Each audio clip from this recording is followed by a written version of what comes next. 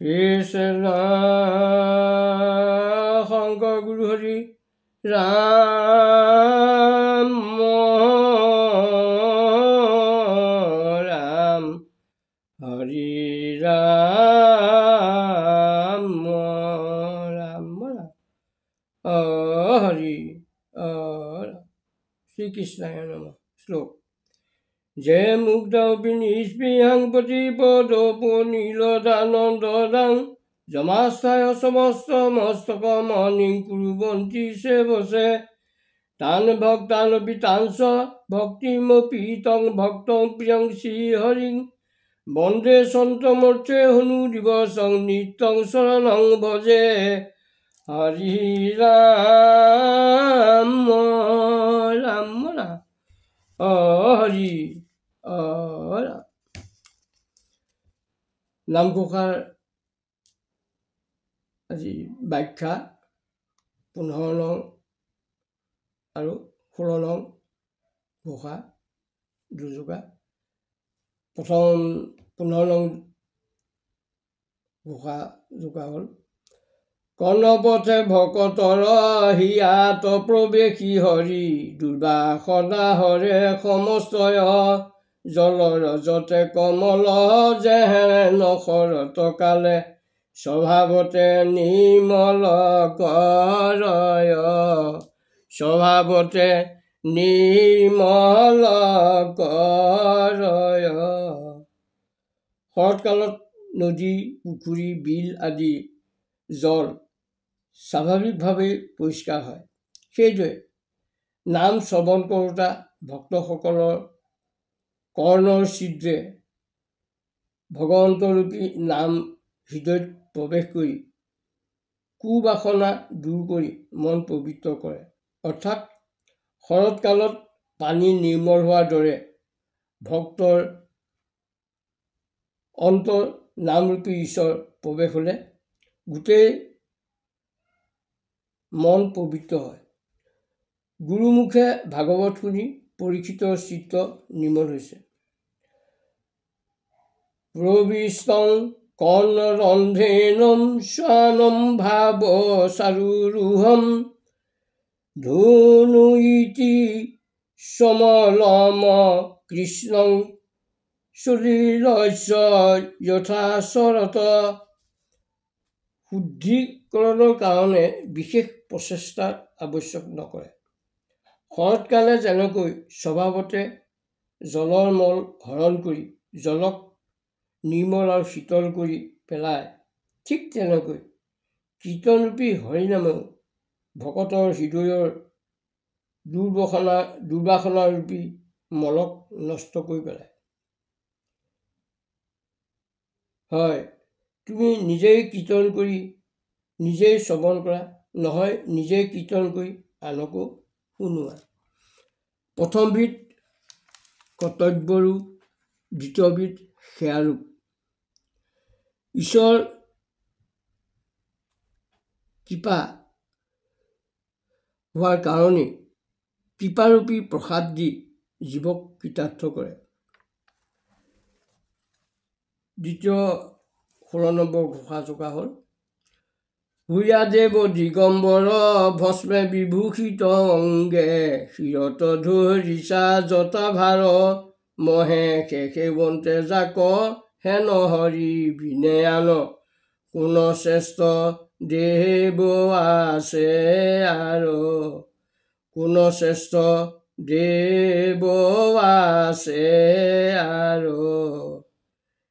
যি দশো দিশক বস্ত্ৰৰূপে স্থিৰ কৰি বস্ত্ৰহীন জটাধাৰী সেই দেৱ মহাদেৱ যাক দিনে ৰাতিয়ে উপাসনা কৰে সেই হৰিৰ বাজে আৰু আন অপৰ দেৱতা নাই। শিৱপুৰাণত কোটি কোটি হৰ কোটি কোটি ব্ৰহ্মা অনন্ত ব্ৰহ্মাণ্ডত যাৰ অন্ত নাই সেই হৰি, সেইজনেই ব্ৰহ্মৰ ব্ৰহ্ম পৰম ব্ৰহ্ম, তেওঁক মহেশে সেৱা কৰে। তেওঁতকৈ আৰু শ্ৰেষ্ঠ দেৱতা নাই। সমুদ্ৰ মন্থনত পোৱা 14বিধ ৰত্ন ওলোৱা কালকূট বিষয়ৰ পৰা আৰম্ভ কৰি ঐৰাৱত, উচৈচবা, কামধেনু, কল্পবৃক্ষ, পাৰিজাত, কৌস্তুভমণি, লক্ষ্মী, সুৰা, ধনন্তৰী, চন্দ্ৰ, ৰম্ভা আদি অপেশ্বৰী, সাৰংগধনু আৰু অমৃত আদি 14বিধ ৰত্ন ওলোৱাৰ পিছত শেষত ওলালগৈ ভস্ম। জীৱনৰ নিষ্ঠুৰ সত্য হ'ল কালকূট, মধুৰ সত্য হ'ল অমৃত আৰু অনিবাৰ্য সত্য হ'ল ভস্ম। জীৱন সংগ্ৰামত প্ৰথমতে দুখদায়ী কালকূটেই ওলাব। জীৱনৰ নিৰ্যাস হ'ল মধুৰ অমৃত, কিন্তু এই সকলো হৈও জীৱনৰ শেষ সত্য হ'ল ভস্মহে। সুবৰ্ণৰ ৰথে যিটো হস্তি স্কন্ধে ফুৰন্ত ৰাজা বোলায়, কালে প্ৰাণে গৈলে সেহিটো শৰীৰ হোৱে বিষ্ঠা পলু চাই। কীৰ্তন ঘোষা। এই অনিবাৰ্য সত্যক সহজতে স্বীকাৰ কৰিবলৈ কোনো তৈয়াৰ নহয়। হয় এজনহে মাত্ৰ, সেইজন হ'ল ভোলানাথ শিৱশম্ভু মহাদেৱ। সেয়েহে কালকূট বিষ পান কৰিও ৰত্নৰ কোনো দাবী নকৰাকৈয়ে সকলোৱে এৰি দিয়া ভস্মক তেওঁ গ্ৰহণ কৰিলে। সমুদ্ৰ মন্থনৰ সময়ত ওলোৱা তীব্ৰ হলাহল কালকূট বিষ, যি সমস্ত জগতবাসীক হাহাকাৰ লগাই দিছিল, সেই কালকূট বিষ পান কৰি নিজে নীলকণ্ঠ হ'ল, কিন্তু জগতবাসীক শান্তি প্ৰদান কৰিলে। এনে উপকাৰী জীৱ শিৱক চৰাচৰে প্ৰাৰ্থনা কৰিবলৈ ধৰিলে। য়মুদীশ্য সদানাথো মহেশাতপি দিগম্বৰ, জটিলো ভস্ম লিপিতাঙ্গ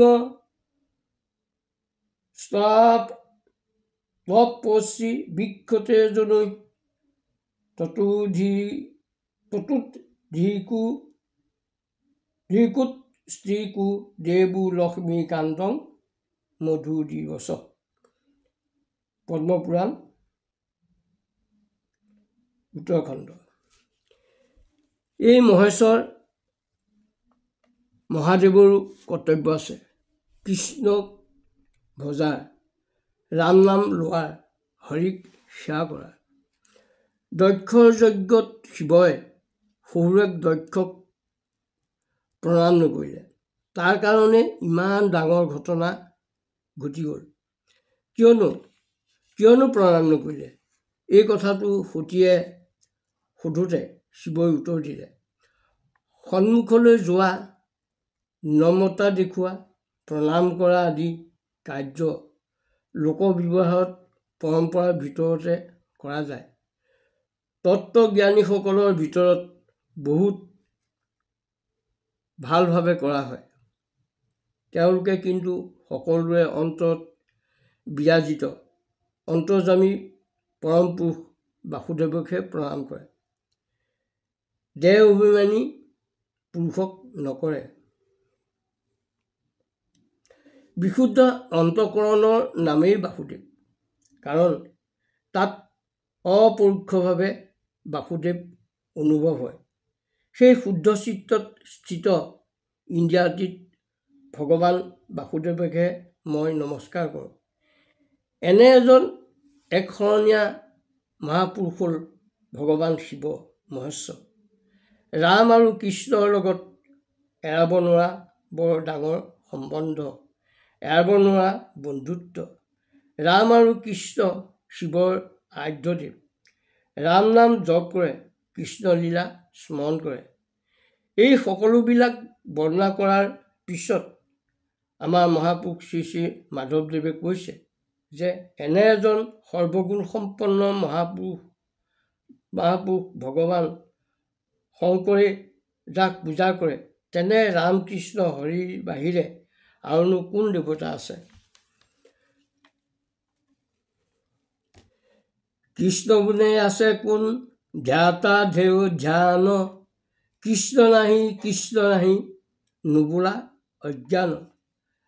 কাৰ বোলে সৃষ্টি চলে, কাৰ বোলে প্ৰাণ, কাৰ বোলে বহে নদী জলে বেলি জোন, মাতৃস্তনে দুগ্ধ কৰে সিটোজন কোন, সমুদ্ৰে তৰংগ দিলে অমূল্য মানিক, ধৰণী গৰ্ভে ধৰি ৰাখিলা খনিক, স্মৃতিয়ে স্মৃতিয়ে গান্ধে অনন্ত জীৱন, কাৰ কৃপা বলে আহে জনম মৰণ, সবে খাব কৃষ্ণ ৰ'ব বব প্ৰেম ধাৰা, কৃষ্ণকে সাৰথি হ'ব ধ্ৰুৱ ধৰা। গীত গংগতি। কৃষ্ণ হৰি ৰাম, জয় গুৰু শংকৰ।